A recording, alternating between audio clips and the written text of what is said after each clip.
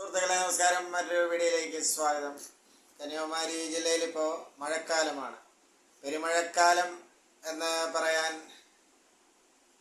പറ്റില്ല എങ്കിലും ഇപ്പോൾ മഴക്കാലമാണ്.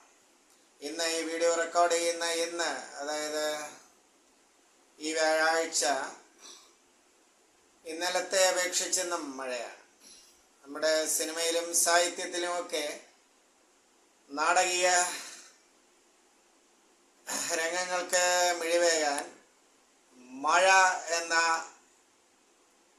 ബിംബം ഉപയോഗിക്കാറുണ്ട്. എത്രയോ സിനിമകളിലെ ക്ലൈമാക്സില് മഴ ഒരു കഥാപാത്രമായി തന്നെ കടന്നു വരുന്നു. കുട്ടിക്കാലത്ത് IV ശശിയുടെ ഈറ്റ എന്ന സിനിമ തിയേറ്ററിൽ കണ്ടത് ഓർമ്മയുണ്ട്. കഥയുടെ മറ്റ് വിശദാംശങ്ങളൊക്കെ മറന്നു പോയെങ്കിലും അതിലെ തുള്ളിക്കൊരു കുടം പേമാരി എന്ന ഗാനവും അതിൻ്റെ ഏതാനും ചില ചിത്രീകരണത്തിലെ ദൃശ്യങ്ങളും മനസ്സിൽ നിന്നും ഓർമ്മയിൽ നിൽക്കുന്നു. അപ്പോൾ മഴ, ശ്രദ്ധാപൂർവം മഴയെ ആസ്വദിച്ചാൽ അതിൽ ഒരു അനുഭൂതിയുണ്ട്. പ്രേക്ഷകരെ, മഴ റബ്ബർ ടാപ്പിംഗ് പോലുള്ള തൊഴിലാളികൾക്ക് വലിയൊരു തടസ്സമാണ്. പിന്നെ യാത്രികർക്കും മഴ തടസ്സമാണ്. കച്ചവട സ്ഥാപനങ്ങളും വഴിയോര കച്ചവടങ്ങളുമൊക്കെ നടത്തുന്നവർക്ക് മഴ ബുദ്ധിമുട്ടുണ്ടാക്കുന്നു. കവികൾക്കും കലാകാരന്മാർക്കും ഓഫീസിനുള്ളിൽ ജോലി ചെയ്യുന്നവർക്കുമൊക്കെ ഈ മഴ വലിയ ബുദ്ധിമുട്ടുണ്ടാക്കുന്നില്ല. അപ്പോൾ മഴ, നേരത്തെ ഞാൻ സൂചിപ്പിച്ചതുപോലെ, നമ്മുടെ കഥകളിലും സിനിമകളിലുമൊക്കെ ഒരു കഥാപാത്രമായി തന്നെ കടന്നു വരുന്നുണ്ട്.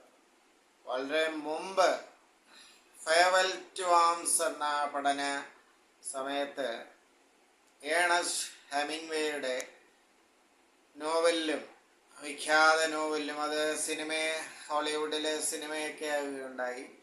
അതിലും നേരിയൊരു ഓർമ്മയുണ്ട്. മഴ ഒരു കഥാപാത്രമായി തന്നെ ഉടനീളം പ്രത്യക്ഷപ്പെടുന്നു.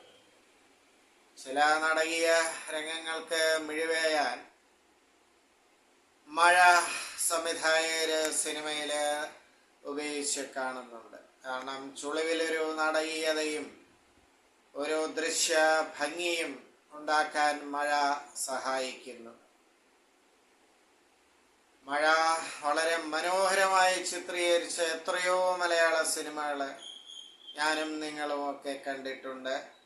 ഇപ്പോൾ പെട്ടെന്ന് പല ചിത്രങ്ങളുടെയും ദൃശ്യങ്ങളൊക്കെ മനസ്സിലുണ്ടെങ്കിലും പേരുകൾ പെട്ടെന്ന് ഓർമ്മിക്കുന്നില്ല. അപ്പോൾ മഴയെക്കുറിച്ചുള്ള ചിന്തകളാണ് ഞാൻ എൻ്റെ പ്രേക്ഷകരുമായി പങ്കുവച്ചത്.